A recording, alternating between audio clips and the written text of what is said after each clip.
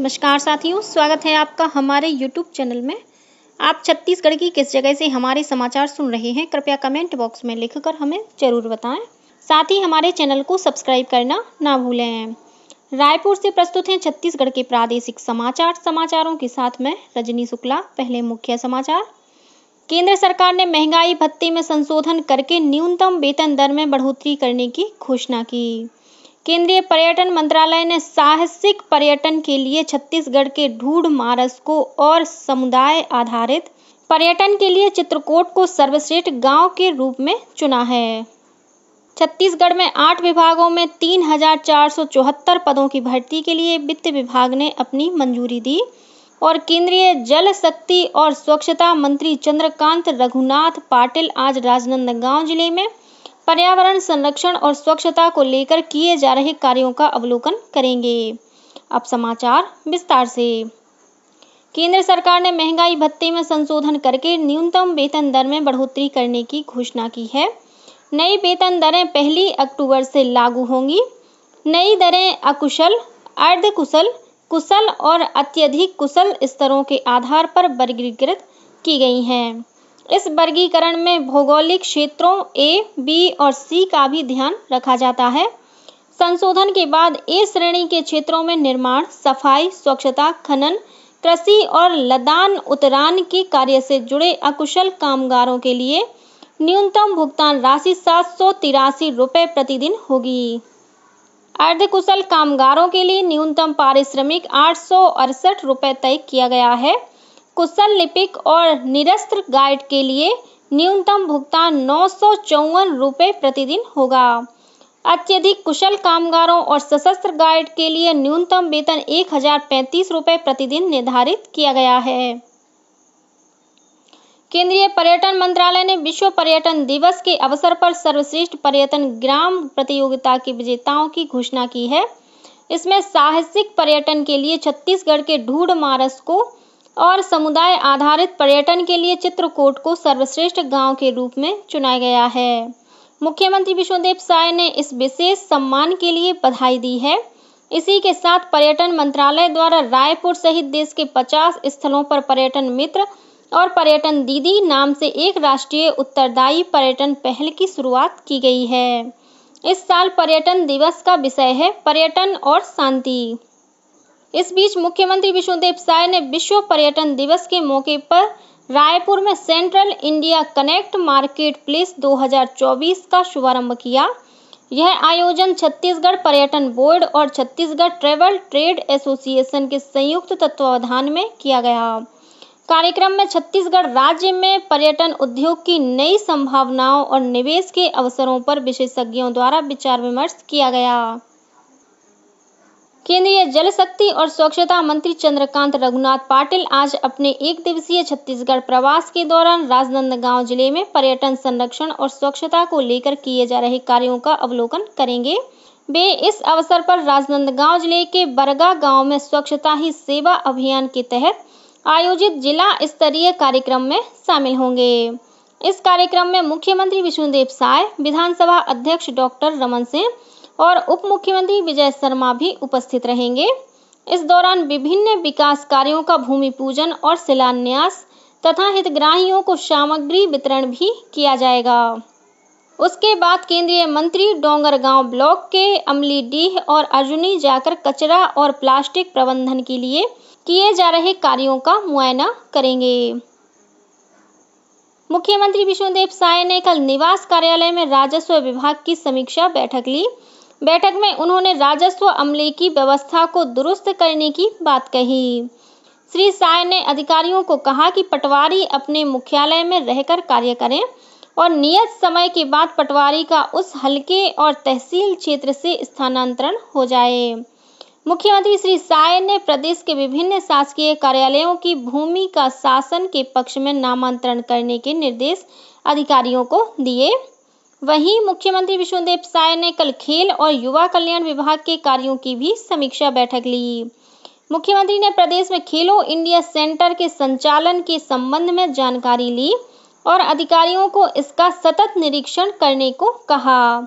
उन्होंने एनटीपीसी के सहयोग से जसपुर जिले के सन्ना में तैयार होने वाली नेशनल आर्चरी अकादमी का जिक्र करते हुए कहा कि इस पहल से पहाड़ी कोरवा जो स्वाभाविक रूप से तीरंदाज होते हैं उन्हें अपनी प्रतिभा दिखाने का अवसर भी मिलेगा। उप मुख्यमंत्री और नगरीय प्रशासन मंत्री अरुण साव ने मंत्रालय में वरिष्ठ विभागीय अधिकारियों के साथ राज्य के सभी नगर निगमों और नगर पालिकाओं के कार्यों की समीक्षा की। बैठक में उन्होंने सभी नगरीय निकायों में कर्मचारियों के लंबित वेतन का भुगतान प्राथमिकता से करने के निर्देश दिए। उन्होंने कर्मचारियों को अगस्त और सितंबर माह के वेतन का भुगतान आगामी 1 अक्टूबर तक करने को कहा। नगरीय प्रशासन मंत्री अरुण साव ने कल वरिष्ठ विभागीय अधिकारियों के साथ राज्य की सभी नगर पंचायतों के कार्यों की भी समीक्षा की। उन्होंने नगर पंचायतों के मुख्य नगरपालिका अधिकारियों और अभियंताओं को प्रदेश के नए उभरते शहरों की अपेक्षाओं और भावी जरूरतों के मुताबिक विकास कार्य करने के निर्देश दिए। उन्होंने सुबह वार्ड भ्रमण कर साफ सफाई और निर्माण कार्यों का नियमित निरीक्षण नहीं करने वाले अधिकारियों पर नाराजगी जताई। छत्तीसगढ़ में लगभग 8 विभागों में 3,474 पदों की भर्ती के लिए वित्त विभाग ने अपनी मंजूरी दे दी है। मुख्यमंत्री विष्णुदेव साय के निर्देशानुसार वित्त विभाग से स्वीकृति मिलने के बाद स्वास्थ्य विभाग, लोक स्वास्थ्य यांत्रिकी विभाग, कृषि विभाग, ग्रामीण आजीविका मिशन, गृह विभाग, विधि विभाग, आदिम जाति कल्याण, वन और पर्यावरण विभाग अपने अपने विभागों में भर्ती प्रक्रिया को पूरा करने में जुट गए हैं। भारत सरकार के शिक्षा मंत्रालय के अधीन आने वाले नवोदय विद्यालय समिति ने जवाहर नवोदय विद्यालय चयन परीक्षा 2025 के लिए आवेदन की तिथि 7 अक्टूबर तक बढ़ा दी है। इस परीक्षा के माध्यम से सत्र 2025-26 के लिए कक्षा 6 में प्रवेश लिया जाएगा। इच्छुक छात्र और उनके अभिभावक नवोदय विद्यालय की आधिकारिक वेबसाइट पर आवेदन कर सकते हैं। केंद्रीय स्वास्थ्य मंत्री और भाजपा के राष्ट्रीय अध्यक्ष जेपी नड्डा ने गुरुवार को अपने छत्तीसगढ़ प्रवास के दौरान प्रदेश कार्यालय में सदस्यता अभियान की समीक्षा की। उन्होंने कहा कि प्रधानमंत्री नरेंद्र मोदी ने राष्ट्र से संगठन में जुड़ने की अपील की है। उन्होंने कहा कि पूरे देश के साथ छत्तीसगढ़ में भाजपा के सदस्य बनने वालों की संख्या लगातार बढ़ रही है। बैठक में मुख्यमंत्री विष्णुदेव साय, प्रदेश प्रभारी नितिन नवीन, प्रदेश अध्यक्ष किरण देव, सदस्यता अभियान की राष्ट्रीय प्रभारी विजया राहटकर, प्रदेश प्रभारी अनुराग सिंहदेव सहित मंत्री, सांसद, विधायक, जिला पंचायत अध्यक्ष, महापौर सहित प्रदेश सदस्यता अभियान टोली, प्रदेश महामंत्री, संभाग प्रभारी, सह प्रभारी मौजूद थे। इससे पहले केंद्रीय स्वास्थ्य और परिवार कल्याण मंत्री जगत प्रकाश नड्डा रायपुर प्रवास के दौरान गुरुवार की शाम को मुख्यमंत्री विष्णुदेव साय और वित्त मंत्री ओपी चौधरी के साथ नालंदा परिसर पहुंचे। उन्होंने वहां लाइब्रेरी में विभिन्न प्रतियोगी परीक्षाओं की तैयारी कर रहे युवाओं से संवाद किया। उन्होंने कहा कि युवाओं को अधिक से अधिक संख्या में राजनीति में आना चाहिए।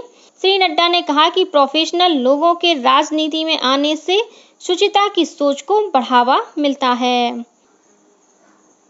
एक पेड़ मां के नाम अभियान के तहत देश भर में अब तक 80 करोड़ से अधिक पौधे लगाए जा चुके हैं, जिससे पर्यावरण, वन और जलवायु परिवर्तन मंत्रालय का इस महीने का 80 करोड़ पौधे लगाने का लक्ष्य पूरा हो गया है।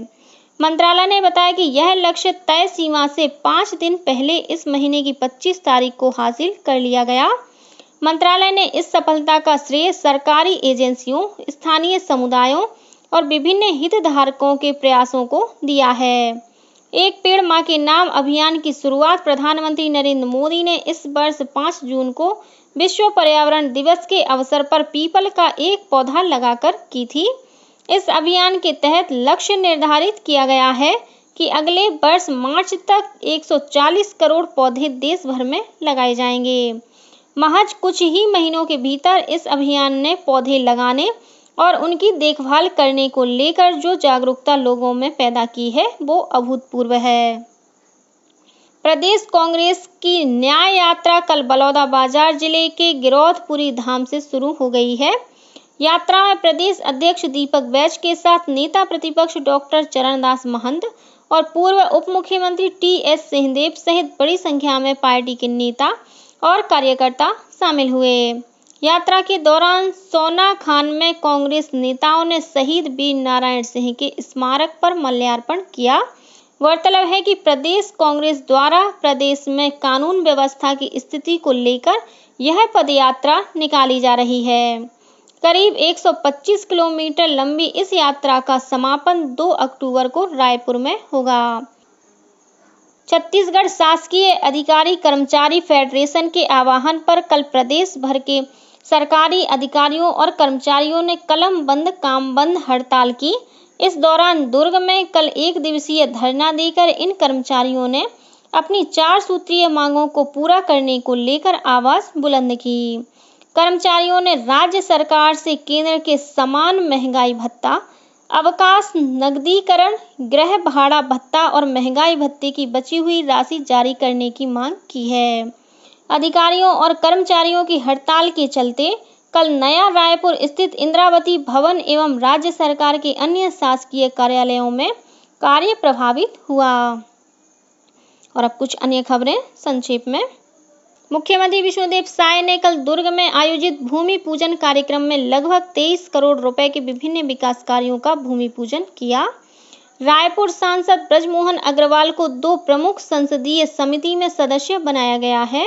वे शिक्षा, महिला बाल विकास, युवा एवं खेल और केमिकल तथा फर्टिलाइजर समिति के सदस्य नियुक्त किए गए हैं। आर्थिक अपराध अन्वेषण ब्यूरो EOW ने शराब घोटाला मामले में झारखंड में कथित अपराध को लेकर एक और FIR दर्ज की है। इस FIR में झारखंड के अधिकारी विनय चौबे और प्रदेश के अनिल टूटेजा, अरुणपति त्रिपाठी, अनवर ढेबर और विधु गुप्ता के नाम शामिल हैं। प्रधानमंत्री नरेंद्र मोदी कल रविवार को सुबह 11 बजे आकाशवाणी से मन की बात कार्यक्रम में देश विदेश के लोगों के साथ अपने विचार साझा करेंगे। यह मासिक रेडियो कार्यक्रम की 114वीं कड़ी होगी।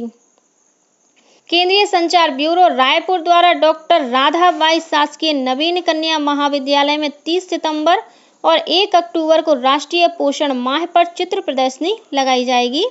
छत्तीसगढ़ गृह निर्माण मंडल ने शासकीय और आवासीय भूमि पर निर्मित संपत्तियों की फ्री होल्ड की प्रक्रिया यथावत जारी रखी है। इस तहत कृषि के लिए उपयोग में दर्ज भूमि के डायवर्सन के बाद ही फ्री होल्ड किया जाएगा। और शासकीय आयुर्वेद महाविद्यालय चिकित्सालय रायपुर में गुरुवार को 2000 से अधिक बच्चों का स्वर्ण प्राशन कराया गया। इसी के साथ छत्तीसगढ़ के समाचारों का ये बुलेटिन समाप्त हुआ। नमस्कार।